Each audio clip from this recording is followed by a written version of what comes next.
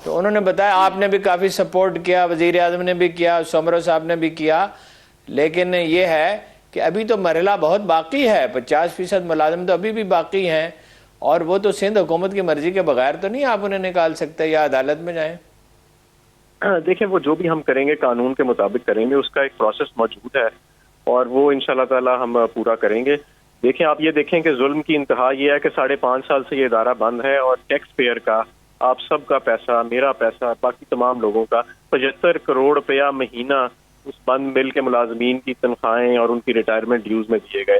پچھلے 5 سال میں بند مل کے اوپر جو صرف تنخواہوں میں اخراجات اور ریٹائرمنٹ ڈیوز میں ہے وہ 55 ارب ہیں, اور جو ٹوٹل نقصانات ہیں وہ 200 ارب سے تجاوز کر چکے ہیں, اور 200 ارب سے زائد کا قرضہ حکومت کی اپنا اور اس کا حکومت کے بینکوں کا اور حکومت کے جو ادارے ہیں ان کو جو ہے وہ اسٹیل مل نے دینا ہے. تو یہی پیسہ اگر آپ اندازہ لگائیں کہ ہم ترقیاتی فنڈ میں ڈالیں, یہی پیسہ ہم اسے اسکول بنائیں, ہسپتال بنائیں, سڑکیں بنائیں, پینے کا صاف پانی دے لوگوں کو, اس سے کتنے لاکھوں لوگوں کی زندگیاں بدل سکتی ہیں اور کتنا لاکھوں روزگار اور پیدا ہو سکتا ہے. کون حماد صاحب اس سے اختلاف کر سکتا ہے؟ ہم تو یہی روتے چلے آئے 30 برس سے کہ پی آئی اے سے جان چھڑائیں, ریلوے میں مال گاڑیوں کا کم از کم جو آپریشن ہے وہ پرائیویٹ اداروں, وہ پارٹنرز کے حوالے کریں. اسٹیل مل میں بھی کوئی پرائیویٹ پارٹنر ہوتا تو شاید نوبت یہاں تک نہ پہنچتی. آپ بہتر سمجھتے ہیں. بہت شکریہ آپ کا, آپ کو زحمت دی. یہ تو ایسا موضوع ہے جس پہ آپ کے ساتھ بہت طویل گفتگو ہونی چاہیے. ٹھیک ہے, بہت شکریہ, تھینک یو سو مچ حماد رضا صاحب, بہت شکریہ آپ کا. یہ ہارون صاحب یقینی طور پہ اسٹیل مل کا اچھا فیصلہ تھا, لیکن ان کے ملازمین کا تو جس طرح سے بھی فیصلہ ہوا وہ ہوا. میٹرو بس کے ملازمین کے حوالے سے ابھی تک ہمیں کوئی فالو اپ دیکھنے کو مل رہا کہ ان لوگوں کا کیا ہوا, ان ملازمین کی تنخواہیں نہیں, وہ میٹرو کی بات بعد میں کرتے ہیں. دیکھیے میں آپ کو تفصیل اس کی عرض کرتا ہوں. جی 2008 تک اسٹیل مل پروفٹ میں تھی. 2008 تک. 2008 میں کیا حادثہ ہوا؟ 2008 میں یہ ہوا کہ زرداری صاحب صدر بن گئے اس ملک کے, اور تو کوئی واقعہ نہیں ہوا. کوئی زلزلہ نہیں آیا, کوئی قیامت نہیں آئی, کوئی سیلاب, کوئی طوفان نہیں آیا, کوئی اقتصادی حال, کوئی کرونا نہیں آیا, کوئی وبا نہیں پھیلی, اور فوراً ہی وہ خسارے میں چلی گئی. اور اس کے بعد وہ خسارے میں ہی چلی, اور نواز شریف صاحب آئے تو انہوں نے اس کو بند کر دیا اور تنخواہیں دیتے رہے. یہ کیا عجیب و غریب کیسا ملک ہے یہ. یہی پی آئی اے میں ہو رہا ہے, یہی ریلوے میں ہو رہا ہے. بھائی ریلوے میں مال گاڑیاں کیوں نہیں چلاتے جس سے آپ کو منافع ہو سکتا ہے؟ آپ مسافر گاڑیاں چلاتے ہیں, ظاہر ہے مسافر گاڑیاں چلانی چاہیے, لوگوں کو ٹریول کرنا ہے. لوگ بس جو ہے وہ ایک تکلیف دہ ذریعہ سے, سب سے اچھا سفر کا ذریعہ ٹرین ہے. تو یہ تو ہر کہیں کرنا چاہیے. 500 روپے مکان کا کرایہ دینا پڑتا ہے وہاں پہ آدمی کو, جو وہاں 4,500 مکان بنائے گئے ہیں, اور 500 سے لے کے 1,000 تک اس میں پانی شامل ہے. اور ان میں سے اکثریت جو ہے وہ ایم کیو ایم کے کارکنوں کی ہے یا پیپلز پارٹی کے کارکنوں کی ہے. آپ کو یاد ہے 9 لاکھ آدمی نکالے محترمہ ثانیہ نشتر نے بے نظیر انکم وہ سپورٹ پروگرام سے, اور اس پہ بلاول صاحب نے احتجاج کیا. یہ کون لوگ تھے؟ یہ سرکاری ملازم تھے, یا ان کی بیگمات تھیں, یا ان کے بیٹے تھے, یا ان کے بھائی تھے. یہ ملک اس طرح تو نہیں چلتے. یہ ریلوے کا بھی کرنا پڑے گا. اور مجھے بہت افسوس کے ساتھ کہنا پڑتا ہے کہ جب یہ ملازمین کو نکالنے کا وقت آیا, یہ ایوریج 35 لاکھ روپے دیے گئے, اور تمام بینیفٹس دیے گئے جو انہیں تھے. گولڈن شیک ہینڈ تو نہیں تھا, کل مجھ سے غلطی ہوگی, مگر 35 لاکھ روپے ایوریج دیے گئے, اور 5.5 سال مفت تنخواہیں انہوں نے لی. یہ 55 ارب روپے ہیں, اور کل 200 ارب روپے کے اخراجات ہیں. اب سندھ حکومت ریزسٹ کر رہی ہے, اس لیے کہ صوبائی حکومت کی اجازت کے بغیر باقی 50% کو نہیں نکالا جا سکتا. اب وہ کیس تیار کر رہے ہیں, لیبر کورٹ میں جائیں گے, اس میں کتنا وقت لگے گا, ابھی پیسہ ضائع ہوتا ہے. 5% ریٹین کیے جائیں گے. چینی اور روسی دونوں انٹرسٹڈ ہیں انویسٹمنٹ کرنے میں, اور وہ اگر انویسٹمنٹ کرتے, دیکھیے اس کی ایکسپینشن کرنی تھی, اس کو ماڈرن کرنا تھا, اس میں کرپشن کو روکنا تھا. کوئی کوشش نہ زرداری صاحب نے کی, نہ نواز شریف صاحب نے کی. لیکن المیہ یہی ہے ہارون صاحب کہ جتنے بھی قومی اثاثے ہیں صرف سیاست ان کے اوپر ہوتی ہے اور سمجھداری کے لیے. ٹھیک ہے ہارون صاحب, بہت شکریہ, تھینک یو. وقت میرے پاس کیونکہ ختم ہو گیا ہے. قومی اثاثے جتنے بھی ہوں وہ ملکیت ہوتی ہے پوری قوم کی, اور ان کے منافع اور ان کے مفاد کے لیے استعمال ہونے چاہیے. اس پہ کسی کی اجارہ داری نہیں ہونی چاہیے, نہ ہی اپنی سیاست کے لیے قومی اثاثوں کو استعمال کرنا چاہیے. مجھے اجازت دیجیے, اپنا بہت سا خیال رکھیے. اللہ حافظ.